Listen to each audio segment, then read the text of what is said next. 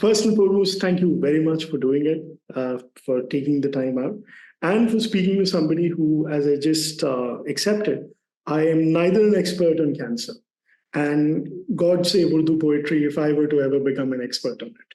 With that said, thank you very much for doing it, and welcome to the Asia Sensemaker. Thank you, Amogh. I'm deeply honored to be here.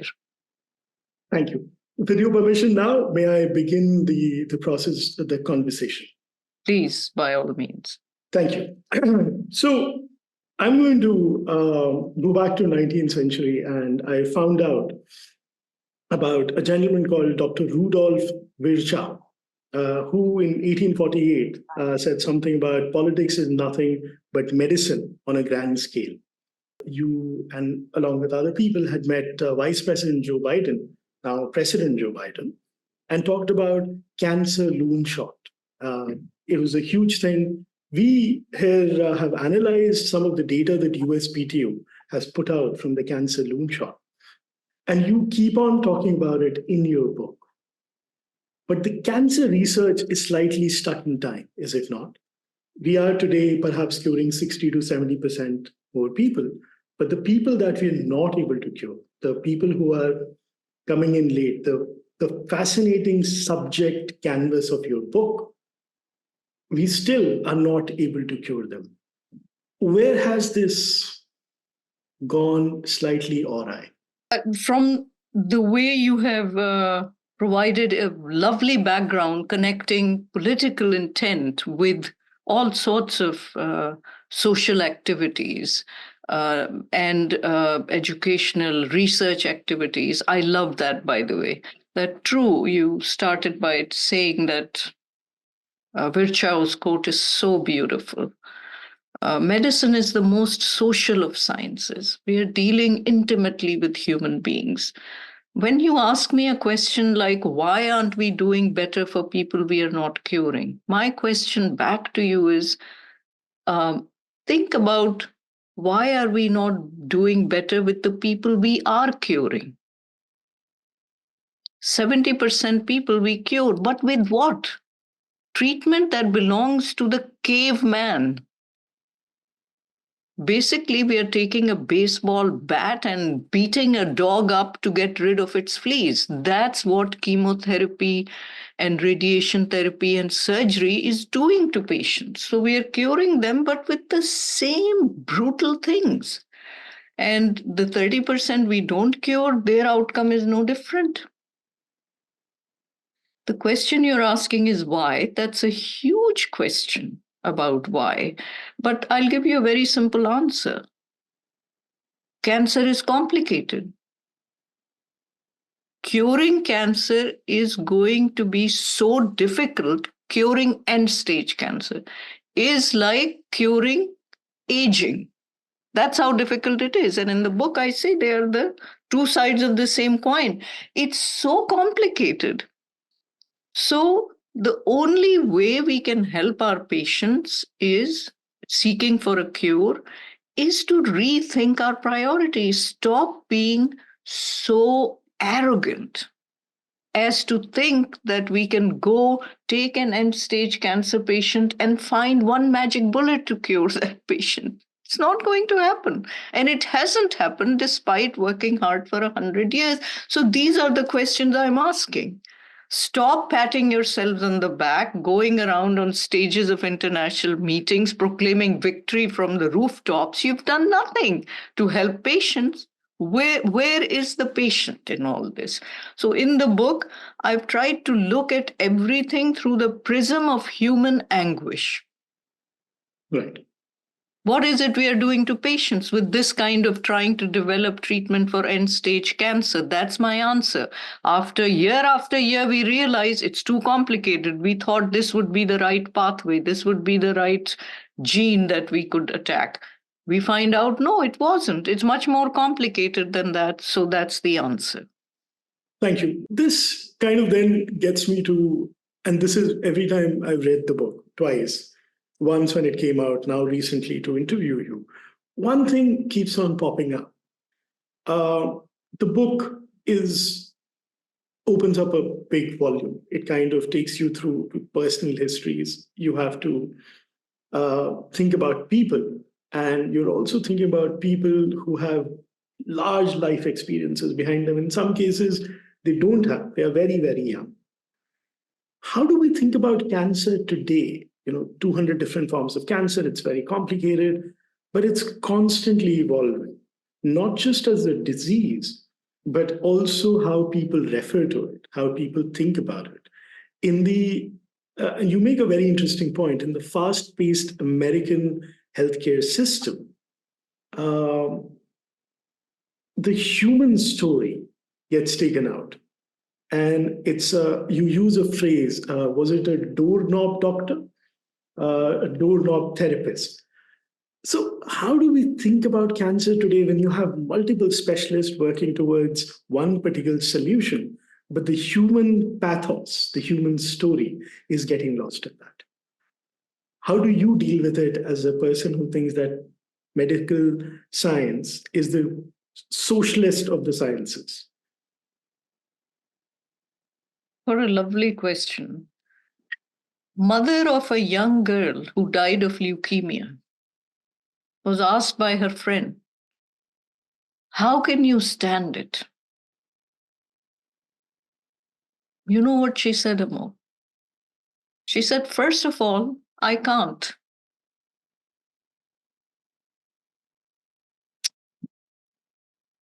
First of all, I can't. But second, I don't want 12 years of her life to be defined by the leukemia she had."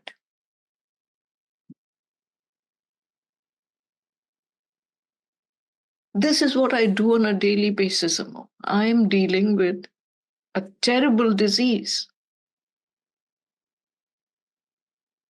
that shakes up patients are dying right, left, and center, but the lives it takes away from the survivors.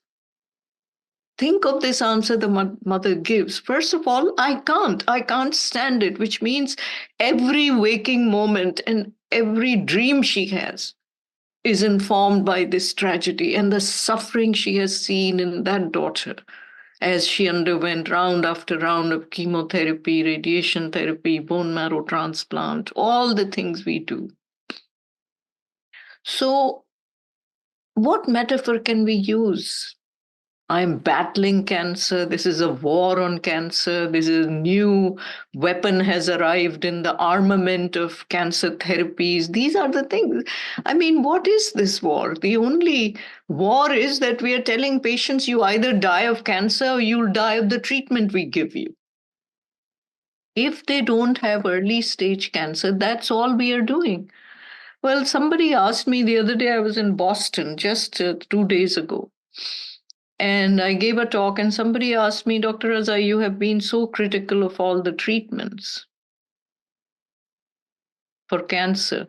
What if you got this leukemia? What would you do?" And he said to me, "I would simply refuse all treatments and sort of opt for whatever time I have left to enjoy it and be done with it." You know what my answer was, Amogh? I would take the treatment. You know why? Because it's not like if you refuse treatment, you are going to fade away into the sunset happily and live a great quality of life and die. No, then you're going to die of cancer. Then the pain and the suffering and just the anguish of it all is so horrifying. And the physical suffering of cancer is much worse, in fact, than any suffering that chemotherapy or radiation therapy can visit upon us, because cancer cells will invade nerve cells.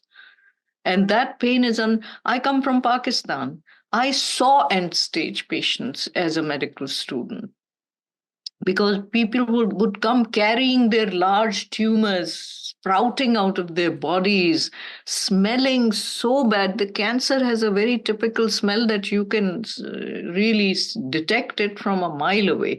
But of course, we don't see end stage patients anymore. Even in Pakistan, we don't, because people are more aware and they have more access to healthcare, but the kinds of things cancer does to you. So we really have no choice but to try and use everything we have right now to treat patients, because I would do the same for myself. The questions I'm asking is, how can we do better in the future? And I know I shouldn't be giving such long answers, but this will be the last No, long no, answer. please. No, no, please, by all I'm means. just going to point out that in the last century, if you think about it, in the first half of 1900s, 1900 to 1950, we basically doubled human lifespan from something like 40 years to 80 years. Why? How did we do it? Antibiotics. Penicillin was discovered. We could treat infections, and a lot of people dying of infections were saved. But the real revolution didn't come from antibiotics, it came from vaccination, prevention of infectious disease, right? That really changed. Smallpox was eradicated, all kinds of infectious diseases. In the second half of the last century, we brought down mortality from cardiac disease by 70%. That is a huge medical accomplishment. But again, we did not reduce cardiac mortality by doing cardiac transplants or treating end stage cardiac disease. No, we did it by giving anti cholesterol drugs. First, moving in early with coronary artery bypass, then moving early with stenting, and now for the majority, just bring down the cholesterol, change your lifestyle, have a healthier lifestyle, decrease your chances, etc. I mean, so what I'm saying is that the biggest changes in medicine have only occurred from finding the disease as early as possible and preventing it from becoming worse, right? Right. So, why are we constantly investing all our resources in trying to treat end stage cancer? My colleagues tell me, well, Azra, what do you want us to do? Patients have cancer today. I that's such a self-defeating question to ask. Of course, we have patients today, and as I said, I would take the treatments available. We must give all the treatments, but let's think about tomorrow. 1 in 2 men and 1 in 3 women are going to get cancer. How can we do better for them? And that's the main premise of the book. Go from thinking about constantly the last cell to start thinking about the first cell. How is cancer beginning? How can we study it? How can we detect the earliest footprints of cancer? And how can we prevent it from becoming the end stage monstrosity that we can't deal with without these primitive Paleolithic measures that we are using? Professor, I think what you point out, and I have a question, but I have a slightly long question, so I'm sorry for this. I trained as a health economist. So when I was doing the research for this conversation, and I still have to bring in Ghalib, my chair, Jung Sahab, would not excuse me if I do not. So, I'm quoting a linguist, Elena Semino, and you actually did talk about it. So that's why I'm bringing this question now. I'm quoting her now. We have enough evidence to suggest that battle metaphors are sufficiently negative for enough people that they shouldn't be imposed on anyone. The study, she's referring to a study that she did on how cancer, when it is described as a war, as a metaphor, kind of, it's doctors should avoid battle slash fight metaphors unless patients themselves choose to use them. And obituaries should avoid them, especially the idea of losing such a battle or fight. By comparison, another common metaphor, comparing cancer to a journey, was less likely to lead to feeling of guilt or failure. In a study conducted in 2003, stated the war-related terminology to describe their breast cancer had higher rates of depression and poorer quality of life. She's a linguist based in a university in England called Lancaster. And my question to you is the first cell approach not used? One, because battle often is fought at the last minute and in the trenches. And because this metaphor has become so overpowering that all our resources, our thought process to thinking about cancer to oncology is kept to this frontier mentality. And second, as a person coming in from a lyrical tradition of Pakistan, of translating Ghalib, but more than Ghalib, I've heard your lecture delivered to Aligarh Muslim University on Faiz Ahmed Faiz, for example. How do you look at the role that metaphors play in clinical treatment of cancer, all 200 of them?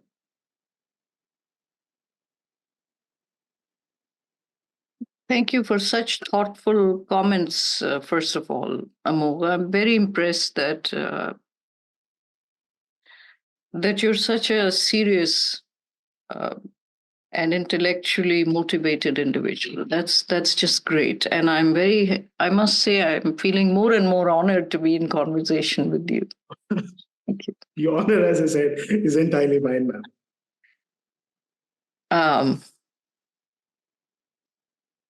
I measure every grief I meet with analytic eyes. I wonder if it weighs like mine or has a different size. I wonder if they had it long or did it just begin. I cannot find the date of mine. It's been so long a pain.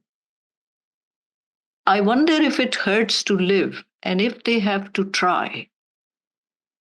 And whether, could they choose between, they would not rather die. This is Emily Dickinson, writing contemporary of Ghalib, writing in 1850s and 60s also, and expressing in such a profound way what this journey is all about that you talked about. How are we going to help someone for whom we know we don't have a cure? We know basically based on experience and observation that we can't do anything medically to help. At this point, young doctors lose heart, and their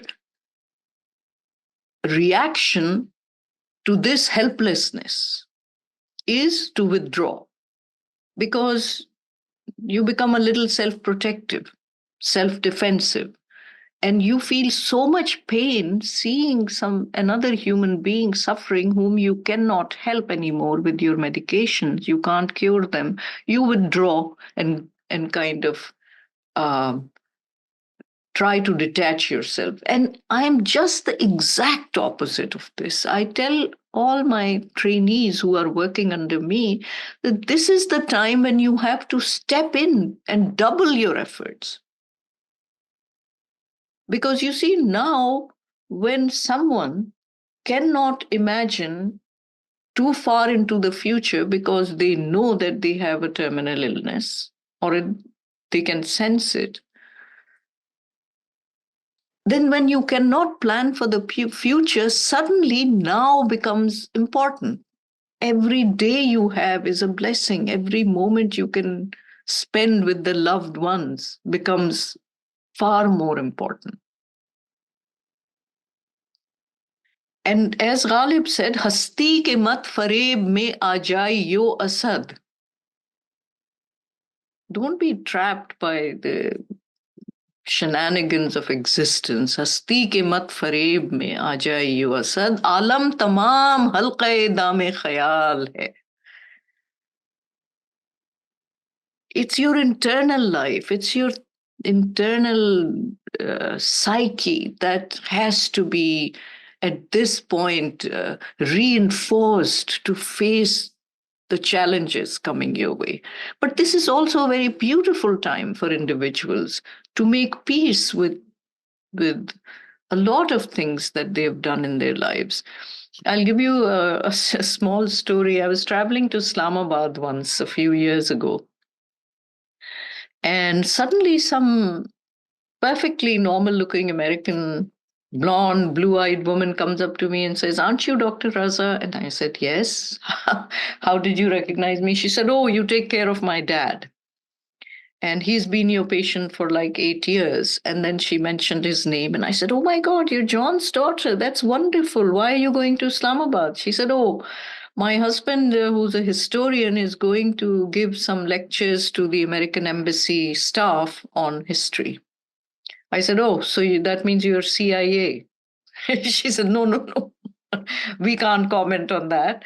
But why would a couple going to Islamabad to give a talk on history to the American embassy?" But anyway, that's very sweet. So her father had been my patient. We became such good friends because, you see, I see my patients every week. They have low blood counts. I have to give them blood and platelets, and they get infected. We go through a whole journey. But some of them live a long time with the chronic stage of the disease. And so we had become very close. But when it came to the point that we couldn't do anything more, he asked me that, "Look, Dr. Raza, he was already admitted as an inpatient. And he said, I think that I've had enough treatment and I'd like to make an informed decision. I don't want anything anymore." I said, "Fine, that's okay." We had many talks about possibilities. And then he went on hospice care. So every day during rounds, I would go to see him while he's on this hospice care in the hospital. And about a week later, when I went and I said, "How are you doing, John?" He sat me down and said, "Listen, I have seen every family album that existed in the family going back like 5 generations. I have met every distant cousin who has come to visit me. I have said all my goodbyes to everybody. I've made my peace. Now I feel so good." And he said, "Dr. Raza, all I want now, I'm excited to see what's on the other side waiting for me." I was so moved by this answer because here is a man who, while we took care of him on the inpatient and took care of his pain and nourishment, whatever we could give intravenously and through nasogastric tubes, he had a chance to say goodbye to everybody, to see everyone's albums, to any relative who wanted to come and visit him. This is what I'm talking about. Patience, the individual shows so much courage, so much strength at this point in time that we must never underestimate the human spirit. The most ordinary, the most common person walking on the street, when faced with the challenge, will rise to it, Amogh. And that is such a privilege to be able to even witness. So instead of withdrawing ourselves, this is the time when we should become more and more involved because it actually nourishes our own spirit. It gives us the courage, it gives us the inspiration to continue.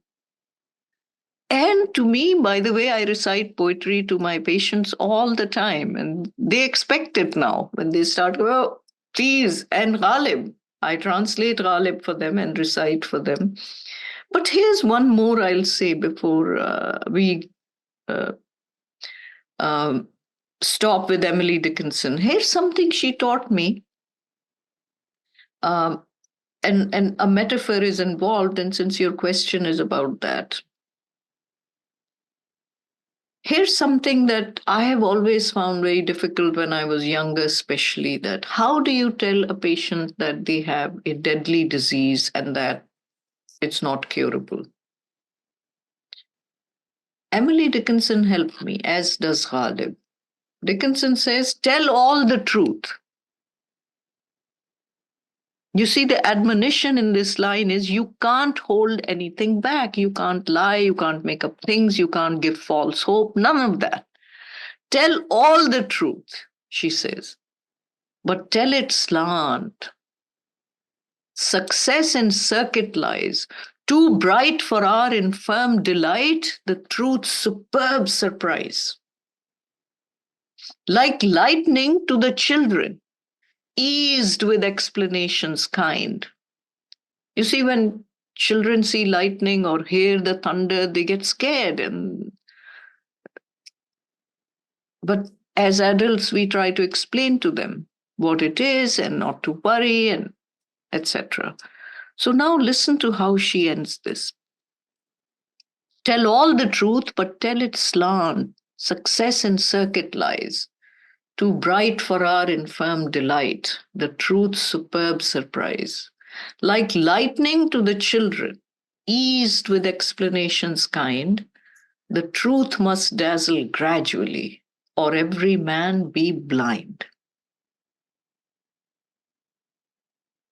How beautiful is that? Yes, we are all dealing with difficult challenges in our lives. But the point is, we need to be there to help each other. And metaphors and poetry, stories of individual heroism, I think they're so empowering. As a physician, when I walk into my clinic, honestly, Amogh, it's like a love fest. It's so wonderful to feel so intimately connected to the patients and to be able to be walking with them every day in their journey. I think those are the most beautiful parts of being alive and having the privilege to be a doctor. Wow, that is encapsulated beautifully. And that gets me to the Ghalib part. I'll come back to cancer. But Ghalib, incidentally, is the Arabic word for all conquering. And one of his couplets, and before I recite this, caveat emptor, my Urdu is worse than it can be. So if I get it wrong, please pardon my Urdu, as they say for French. आते हैं गैब से ये मज़ामी ख्याल में, गालिब सरीर खामा नवाए सरोश है. The poetry of Ghalib and the character of Ghalib in this conversation also becomes important, because as a doctor in this, like, Ghalib is comparing himself, or that he is getting his wisdom directly from Ghaib or Gabriel, and he has this instant connection. This transition from being a poet to a professor to a medical doctor to a clinical researcher, this kind of a circuit, how important is the role of poetry in bringing comfort, in joy, but also most importantly, and this is the part of the book that is very hard for me to work with, is that it's a long list of people, amazing people, people close to you, who have walked into the afterlife. How do you deal with it as a person?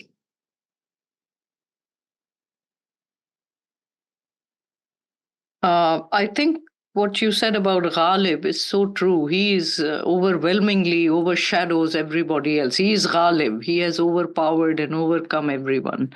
I'm fond of saying, "Ek shair tha Ghalib, baki shair hain Ghaliban." The rest of poetry is all footnotes to Ghalib, in my opinion. He was just so great.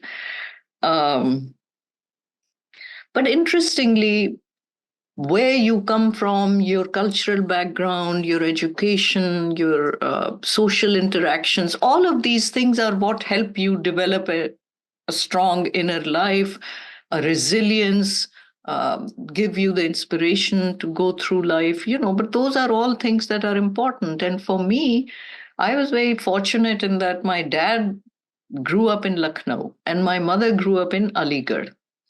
At partition, they moved to the desert of Sindh, Karachi. Suddenly, they landed in this arid city, and they're coming from the high culture, the acme of high culture, Lucknow and Aligarh for Muslims. And poetry is crispered into their DNA. I mean, they can't help but recite shares all the time. In fact, the Genesis story that Adam and Eve were created first, and that they were given a choice. Um, many many sort of books of that quote the Genesis story always come to this, that they were exiled from heaven because they ate the forbidden fruit. Well, my uncle, my father's older brother, wrote this beautiful sher.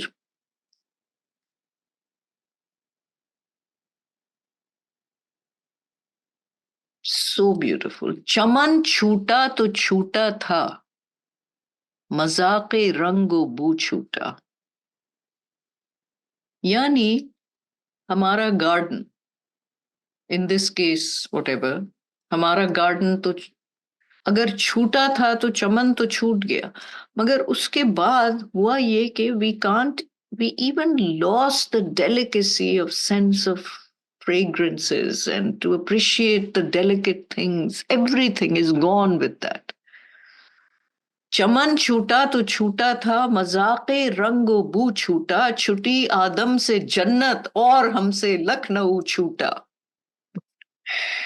This is what my uncle had to say when they landed in Pakistan, in Karachi, because they were heartbroken at the division. Now, the interesting thing that happened was they developed the immigrants' anxiety, which is that हमारी तो इतनी गजब की तहजीब थी 1000 साल की, उसको अब किस तरह अपने बच्चों को ट्रांसफर करें,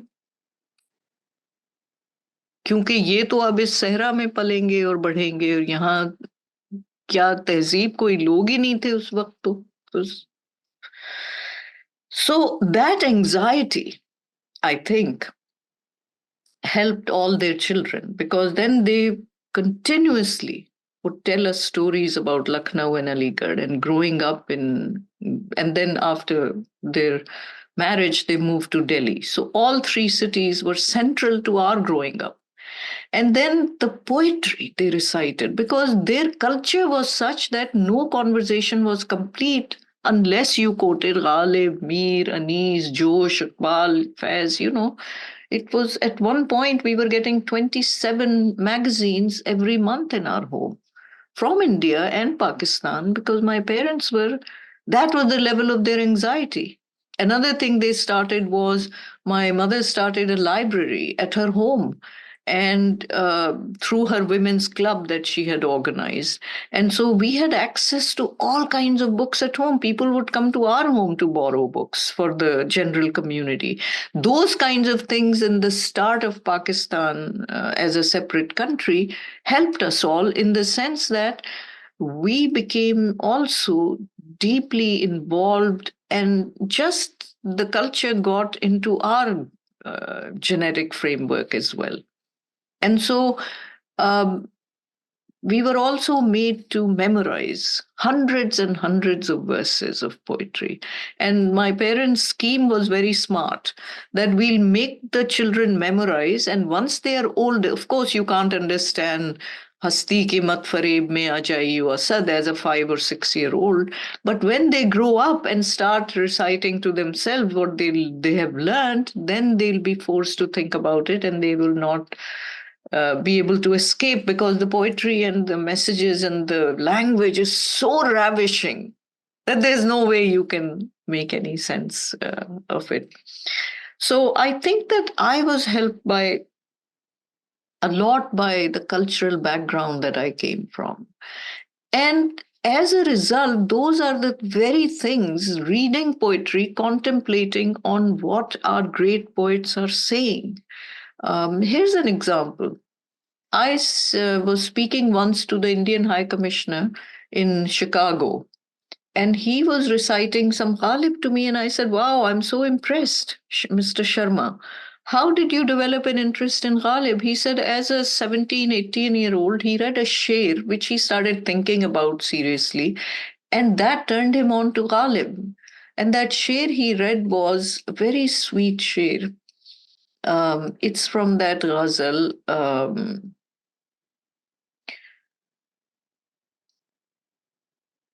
औरों पे है वो जुल्म जो मुझ पे ना हुआ था. And it's really a gorgeous ghazal. He comes to this sher in it. दरियाए मासी तुनुक आबी से हुआ खुश्क. Darya, as you know, river. Maasi is sins. The river of sins. दरियाए मासी तुनुक आबी से हुआ खुश्क. यानी उसमें इतना जोश आया, इतने ज्यादा वो हुआ कि वो खुश्क हो गया, ड्राई हो गया. दरिया ड्राई हो गया. क्यों? Second line will tell you. The river of sin dried itself. दरियाए मासी तनुकाबी से हुआ खुश्क. मेरा सरे दामन भी अभी तर ना हुआ था.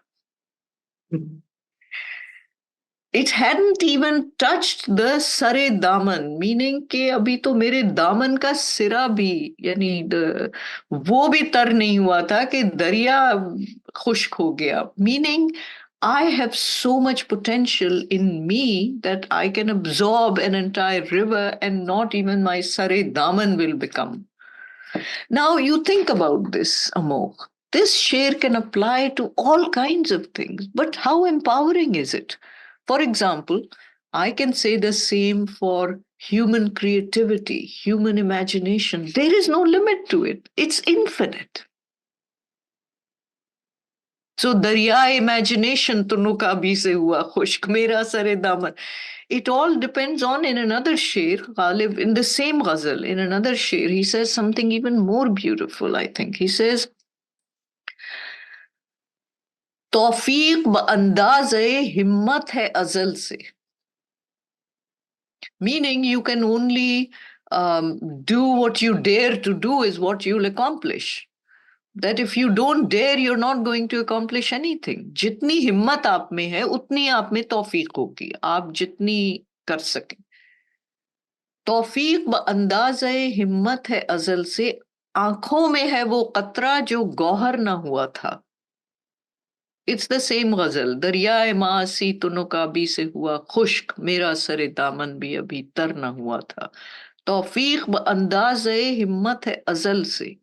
आंखों में है वो कतरा जो गौहर ना हुआ था. I'll take a minute to explain this. We have a myth in our poetry, in our linguistic traditions, that it is only the first raindrop, first drops of the season's first rains, which if get into a clam will become a pearl.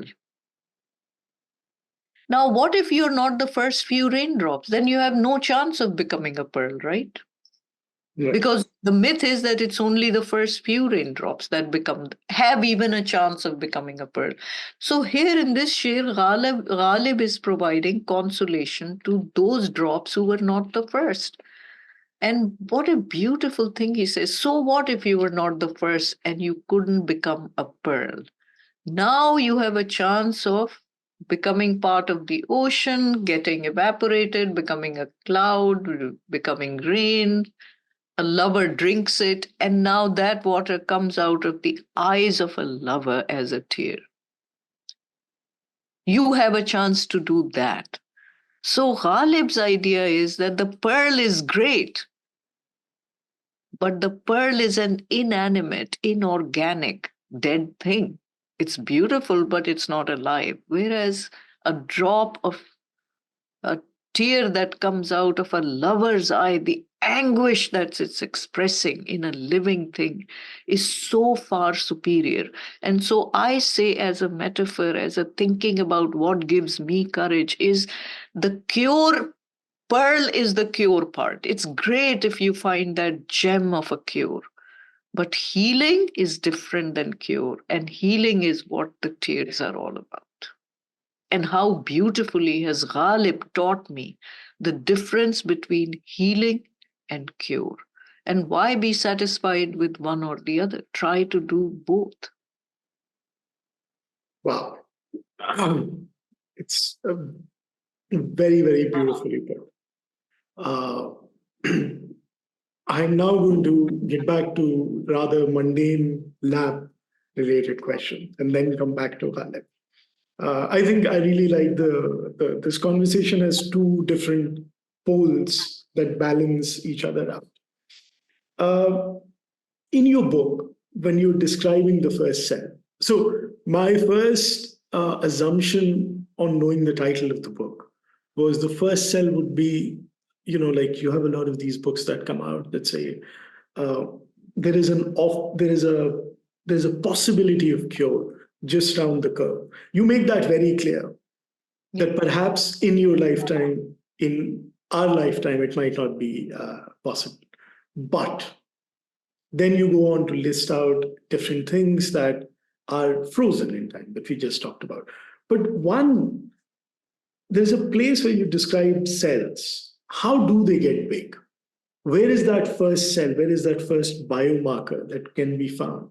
And you talk about flight, fight, flight, or freeze, and the creation of this first cell, and then the work that is done in the lab. If I'm not wrong, is it called somatic pregnancy? Is that the correct term? So, in all of this, when you look at the lab work, what is the stress? Because you explain this very beautifully in the book, but there are a lot of people here and a lot of people who would watch this later. The idea of stress, when we think about cancer and stress, and I was also under the impression that it's the same kind of stress that governments are trying to warn you about when they think about, say, heart attack, the CVT. But it's not that stress, is it? What is this stress that leads to cancer? What is this? Where do these 200 complicated forms of cancer come from? And also, is there a possibility that there could be another form of cancer sometime in the future? 201, 202, 203. These are three questions clubbed together. Very sorry for that.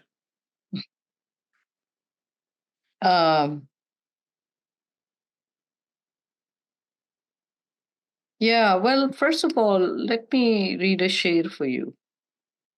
जख्म फलता है मुस्तकिल बरसों, हादसा एकदम नहीं होता.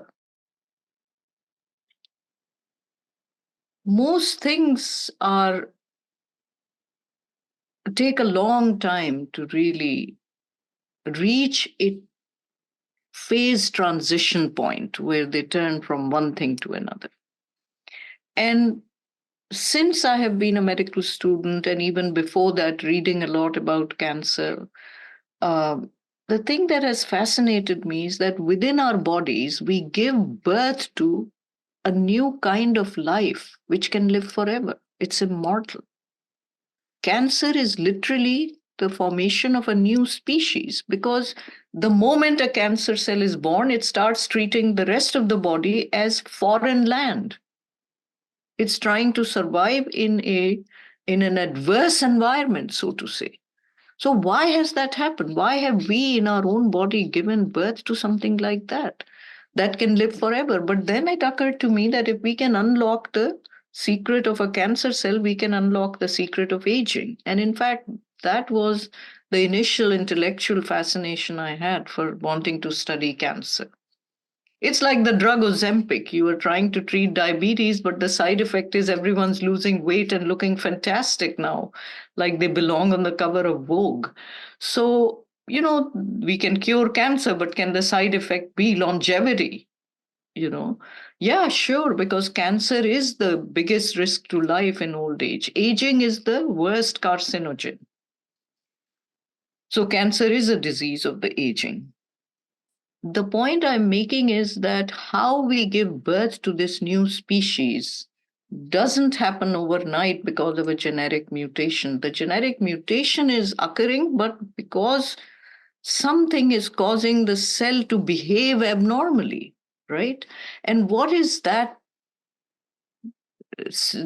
kind of signaling pathway, that surrounding which is forcing cells to either fight or flight, develop a new strategy to survive or die? And so in that is what I call a stress. So let's say, how can stress be produced? One is mental kind of stress, but that's also bad. However, here we are talking about a stress within an organ. Let's take liver. In the liver, there is an infection with the hepatitis B virus, for example. Now, that infection is causing an inflammatory response in the liver. The viruses are dividing, killing cells, and cells are suddenly under stress that either we have to develop a strategy to survive or we die. And one strategy they under stress is two cells fuse, boom. They double their genome immediately. Now every gene they had is doubled, so they can fight much better. Cooperation rather than competition comes in handy at this point. But the weird thing is that sometimes a liver cell under stress will fuse not with another liver cell, which happens a lot under stress, but with a blood cell.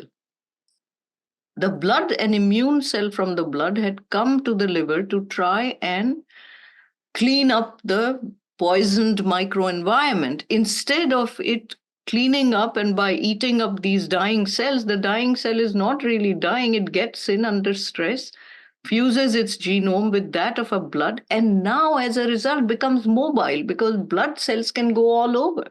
So this cell hiding inside, the liver cell hiding inside a blood cell, can now travel all over the body.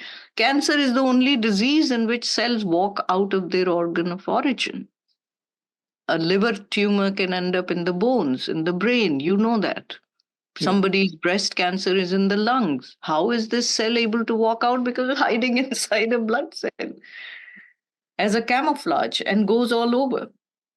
And so the stress I'm talking about to an organ is the stress caused by infections, by exposure to toxins like asbestos, things like that, like exposure to radiation, all kinds of stresses that can happen, autoimmune diseases. Any chronic inflammation is a stressful condition for the organ, and that will force cells to misbehave. The thing about cancer is, though, that I feel very strongly that we will be able to cure cancer soon, but not by finding a magic bullet for end stage cancer, rather by finding the first cell and eliminating it. No, even before that, finding the stress that is causing the appearance of the first cell and removing the stress so it doesn't even cause that first cell to appear. And with the technology that is available now to study genomics, proteomics, metabolomics, transcriptomics, glycomics, everything from a few drops of blood, saliva, urine, feces, hair, nails, any compartment, we can examine for these markers, these little footprints of stress. And these can be generated continuously from the human body into an iCloud above each individual's head that's constantly analyzed by artificial intelligence. And a signal is sent to your iPhone that, hey, there's some stress going on in blah, blah organ, that kind of thing. At this stage, even lifestyle changes will matter. Stop smoking, stop drinking, eat healthy, exercise. Those things are not helpful when you have end-stage cancer. Those things are helpful early on, right? So first of all, what I'm saying is very much the technology is there now where we can find the biomarkers, the footprints of cancer as it's starting to evolve, as the first cells are coming out. And that's the strategy has to be followed. And my whole life has been spent in trying to turn the focus of the field from the last cell to the first cell, because 95% of resources, intellectual and material, are being spent in chasing the last cell and trying to kill it and hurting patients in the bargain and hurting them financially as well, because each drug is costing hundreds of thousands of dollars. Only 5% goes to early detection and prevention, and most of it is spent on anti-obesity, anti-smoking campaigns. Very little on actually early detection. My I'm beseeching the researchers, for God's sake, recognize that cancer is too complicated a disease. You can't cure it in end stage, like we couldn't cure heart disease end stage. We couldn't cure infectious disease. Even today, when someone's septic, we can't cure them easily. But if we can prevent it, much better. Same strategy has to be for cancer and all chronic diseases, Alzheimer's, dementia, diabetes, neurologic, everything has to be found early. So I'm begging everybody in the field that, for God's sake, start investing intellectual and material resources into earliest detection of even the stress markers. Does that make sense to you? It does, absolutely. And this is what I was fascinated by in the book, because between the case studies, there's a lot of, as I said, I am slightly uneducated, but majorly uneducated because I'm an economist. So I had to look up a lot of stuff and go back to read parts in the literature. I have, there are some people who joined in who might want to have questions, and an hour has flown by. I have multiple questions, but I'm going to let go of most of them, ask you two. Uh, the first is to take a line from a couplet from Mir Taki Mir, Kya bood upash puchte ho purab ke sakino. And continuing on this, what has been the role of the think tank that you have assembled? Because I think you were the first person to collect samples going back, and still, I think you still continue to collect samples from different cancer patients, what you were just talking about. But you also put together a think tank of leading specialists from different institutions, the cancer think tank, the oncology think tank.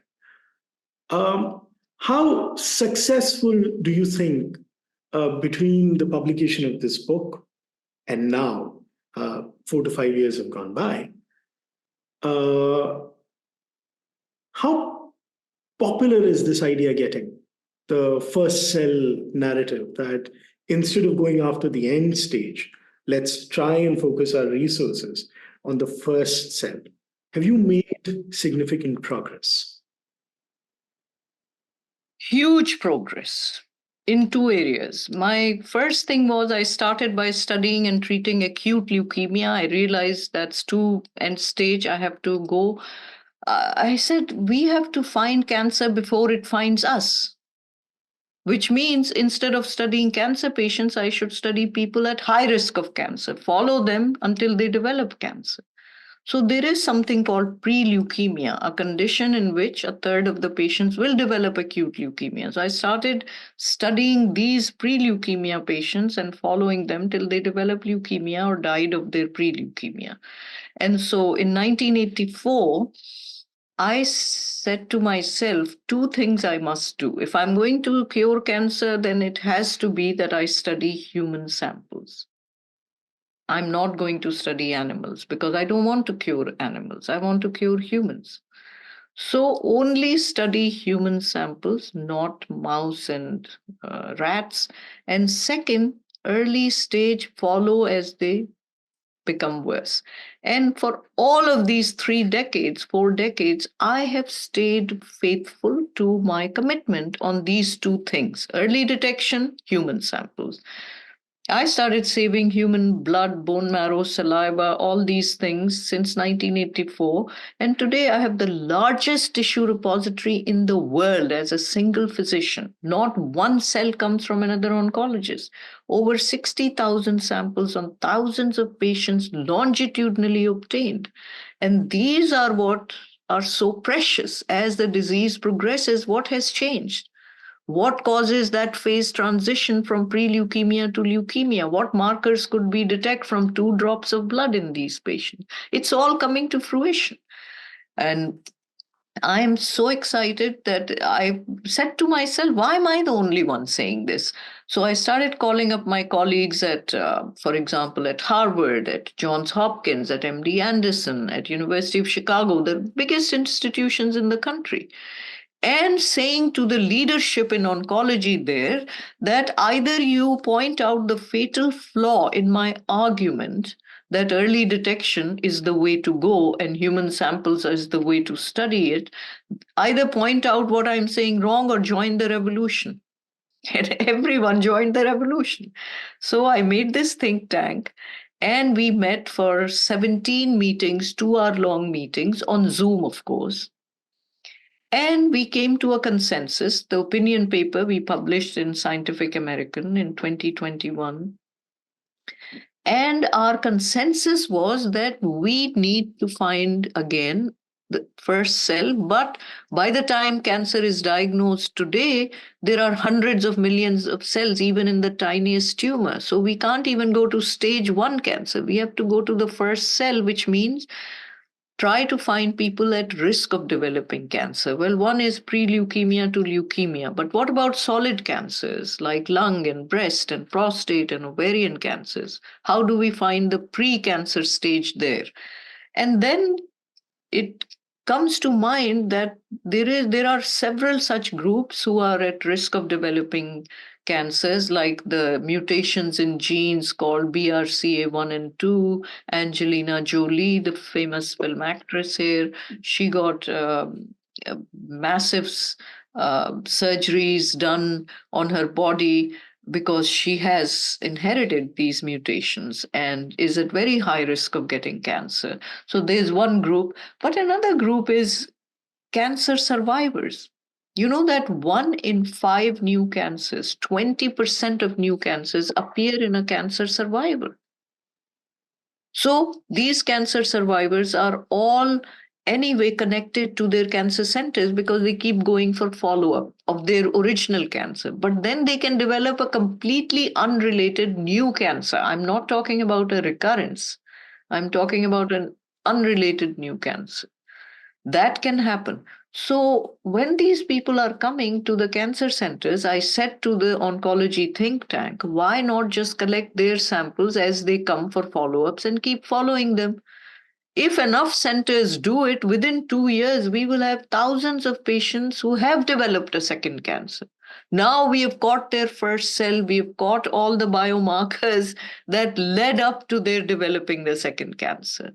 So do you know that I've already finished the pilot trial for this with 500 patients, 500 cancer survivors. Many of them have already developed a second tumor. And we have caught their first cell. Now we are extending to Johns Hopkins and MD Anderson, 2 institutions, and then we'll go to the rest of the think tank centers. But I need $40 million. And there are so many people, Amogh, that have stepped up to help me do this. Why? Because I have been at it for 30 years. I'm not someone they can easily discard.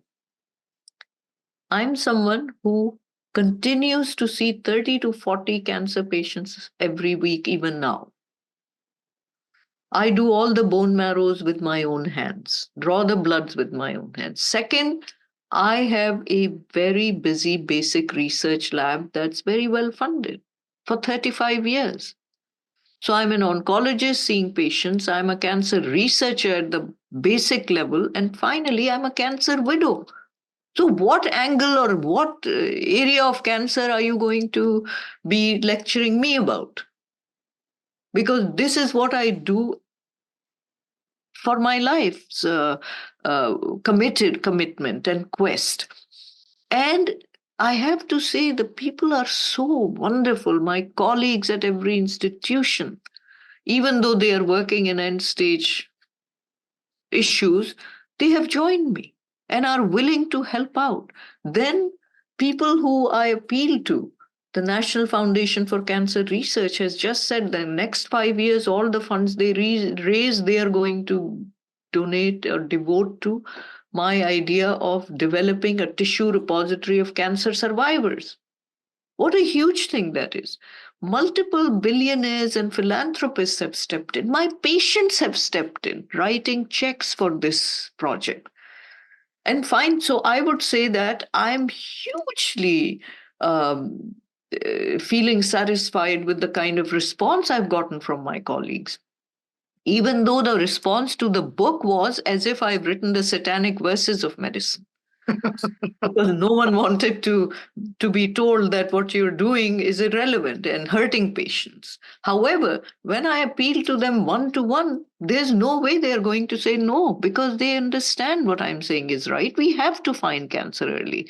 So I'm very thankful to my colleagues and to my funders. But second thing I want to say, it made a difference to President Biden. He signed off a bill just in 2023, November, I believe, saying that we do not require animal models as a something mandated by law, which was a law that was written in 1912, that has existed until now, saying that we cannot bring a drug to the human bedside until we have tested in mice. Well, we showed after all these years of testing in mice, it's irrelevant. What you find in mice doesn't apply to humans. So why are we wasting our resources on trying these things? President Biden, with one signature, took away that law. And all because of, the crusade that I have been engaged in since 1984. But it takes a long time, and this is why many young people I see are on this call. You don't give up. That's the thing. You don't give up your quest. If you think you are doing something that makes sense, even though it's not bringing dividends immediately, look, it's taken me decades to get heard even. But I keep changing and assaulting the field in all different directions. Book was just one of them, Amogh, that I wrote a book and called out everybody's bluff. That no, you are not helping cancer patients. The end stage patients, at best, you're prolonging their survival by a median of 2.1 months for 30% patients. And you are financially bankrupting 42% patients newly diagnosed with cancer in America. That's not a victory lap, for God's sake. That's a sign of complete failure. And I called out all this in my book. That's why it's treated as a satanic verses, like I said. But on the other hand, it's hard to deny what I'm saying. That is correct. That is absolutely correct. It is hard to deny, and I don't think it should be denied.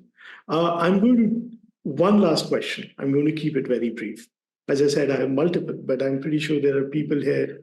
In fact, I've got questions from people who are attending, who are not attending or could not attend it today, to ask you should the time permit. But last question before I open it up. The American healthcare model, to use a word Ghalib would have used in the aftermath of 1857, the dozak of the American healthcare system. The insurance payers, the private equity people, this model is taking over the world, and there was a recent report put out by my good friends in the UK that when private equity comes to town, when they take over hospitals and hospice care, and everything becomes about business and the bottom line and the annual statements, patient care goes out of the window. And that is a model that is being exported to large parts of the world, be it India, be it Pakistan, be it Bangladesh, because capital is always going to find new avenues to keep on expanding its reach.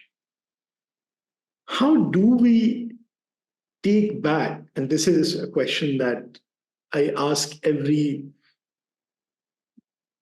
person who works in the American healthcare system, because the people like you, people who are actively working to reduce the pain, they're working to bring empathy back on the table. But all of that goes away when venture capital, private equity is in town. How do we get the doctors, the hospitals to care again? Because without that, everything else is lost, is it not? I mean, these are profound questions and concerns that I could take hours to respond to also. But I think one of the most important thing, koi karwan se toota, koi badguma haram se. Haram is meaning your ultimate goal. वही आपके लिए उससे ही बदगुमान आप हो गए कि maybe it's not worth it. Karma is a caravan. कोई कारवां से टूटा, कोई बदगुमा हरम से, कि अमीर कारवां में नहीं हुए दिल नवाजी. That the leader of the caravan is the one who is unable to inspire the kind of devotion and commitment that is needed for this journey. So, first of all, I lay the blame solidly on the leadership because they are the ones handing out the grants. And there is the abject failure of the institutions, the very institutions that are assigned the responsibility of protecting patients, are throwing the patients under the bus. They are the ones approving drugs. FDA is the one approving drugs that will improve survival by 2.91 month. Why? Because they are under pressure from lobbying groups, from patients' advocacy groups, etc. But you are not supposed to come under pressure from things like that. Your job is to protect the patient above everything else. Who says 2.1 months for someone like Andrew, 22-year-old? How dare we tell his mother that we can prolong the survival of your son? There's a 30% chance by 2 months when he's 22 and dying of a brain tumor. That's the kind of thing that I feel is completely has to be acknowledged, that it's starting from the very top. And we shouldn't just blame, for example, pharmaceutical companies or their interest is to make money for their shareholders. They don't hide it. That is their purpose of existence, right? But the purpose of existence of proper institutions to lead the way is different than companies. So, first of all, that's a real problem. Secondly, I was having this discussion the other day that in the West, there is a very stark separation between Athens and Jerusalem, reason and passion, right? They make a stark distinction. In the East, we have kind of a weaving in and out, which is to me a healthier way, where this is why I can quote poetry from Ghalib in a book on cancer. Because we have a seamless transition between Athens and Jerusalem, between passion and reason. Because at a fundamental level, our poets understood that, in fact, reason is also bolstered and initiated by passion. If I just had an intellectual interest in cancer and trying to solve a cancer problem of a cell, I wouldn't have the same investment as I do now by seeing patients and being inspired by their suffering and having my emotions involved in their emotions. So passion and reason have to be together. But then the problem is this, Amogh. And I want everyone to think about this problem and tell me what you think. If we thought that reason is fantastic and the Renaissance came in Europe and everything was suddenly undergoing such wonderful revolutions, they developed the highest, most exquisite forms of poetry and music and literature and philosophy in the 15, 16 to 1800s, 1900s, the acme of culture and civilization in Europe. And the feeling was that if human cognition reaches a certain level of civilization to appreciate fine poetry and fine painting and beautiful music, then we won't be able to do bad things. And yet, at the acme of their civilization, what do? They have the world wars, destroying Europe. So, reason, passion, levels of education, in the end, nothing matters. What mattered was the leadership, right? Fighting with each other for what? For resources. So, in the end, you are an economist, you understand it's all about money. Everything boils down to colonialism, everything boils down to money, which then gets you the resources and the power. So in cancer, it's no different, honestly. And that's why, even if I'm not succeeding, this is what beautiful sher by Fani. Naakaam hai to kya hai? कुछ काम फिर भी कर जा. नाकाम है तो क्या है, कुछ काम फिर भी कर जा. मर्दाना वार जी और मर्दाना वार मर जा. Until you die, stay faithful and devoted to your quest for which you believe strongly, whatever it is.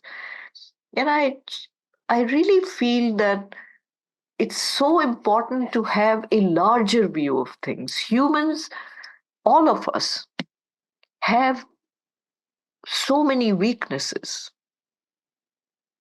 And we try to bolster our inner life and find strength in religion or in poetry or in music and whatever customs we have. But each one of us is trying to have the courage to face the slings and arrows of outrageous fortune that are thrown at us every day. And reason alone does not provide it. And passion alone does not provide it. And I wanted you all to think about, okay, then what should the message be? Combining reason and passion, but then we are stymied by, I mean, look what's happening in the Middle East. Look what's happening here. Look what's happening in this country, in America. The country has become divided into two completely different ideologies. Why is this all happening suddenly? Why hasn't reason prevailed, and why haven't we been able as humans? Well, we can't. That is, our nature is so flawed in a way. And so I want all of us to think about it. And my only solution, Amogh, which is a very maybe something that you won't agree with, but I feel that the only solution is what Voltaire said at the end of his novel Candide. The last sentence is, we can only and we must nurture our own garden. That in the end, stop worrying about what you can do to change the world. Worry more about what can you do to change yourself and improve yourself and nurture yourself. But he uses the word nurture your own garden. So a garden is something where you will be growing beautiful plants and flowers that will be of benefit to others who can gain nutrition from it. So the community is helped. It's not just so. Do something so productive and so beautiful to enhance your own knowledge, your own self, your own ideas, your own habits. That, in a way, that help the community. And this is my only solution. Whether it combines reason or passion, the work has to be on yourself. And don't worry about other things. What do you think of it, Amogh? I think I agree, but I agree with the earlier part as well that the blame lies on the higher administration. But we also have to work on ourselves in different things, in professional and personal capacities. And only a person who traverses both the worlds of CP Snow, science and art, could have brought it together.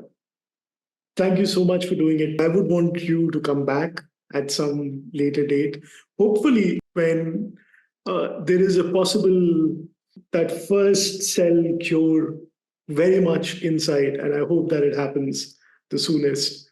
And I think this has been a fascinating conversation. I have learned a lot, and now I can pretend to be quasi-educated.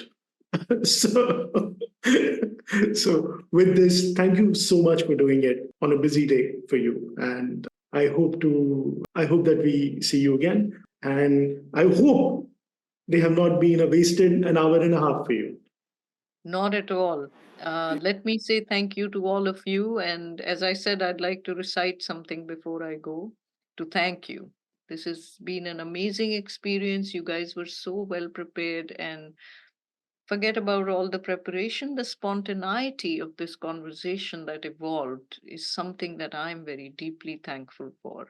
The comments made by so many of you, positive comments, the questions that came have been wonderful. And so for me, Amogh, this 1.5 hour is, I would say, very precious to me rather than considering it a waste of time. I think interacting with all of you has been wonderful. I'll end by reciting a poem which I grew up in the province of Sindh, Karachi. And in Sindhi, we have a very beautiful word, Sai. Sai can be applied to anyone. Sai is, you can say, Amogh Sai. You can say Nita Sai, Sahiba, Sahab, Sai. But then you can call your beloved Sai. Even Allah is called Allah Sai in Sindhi. How beautiful is this word? You call your teacher Sai. So think of a word that applies to anyone from your beloved to Allah all the way in between. Teacher, revered figures, Sai.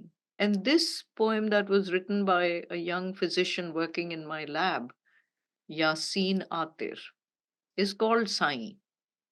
तुमसे अगर ना मिलता साईं कैसे वक्त गुजरता साईं तुमसे अगर ना मिलता साईं कैसे वक्त गुजरता साईं मैं हूं एक मुसाफिर गोया तुम हो मेरा रास्ता साईं तुमसे अब क्या राज छुपाएं मेरा राज तुम्हारा साईं सागर से अगर प्यार न होता दरिया उल्टा बहता साईं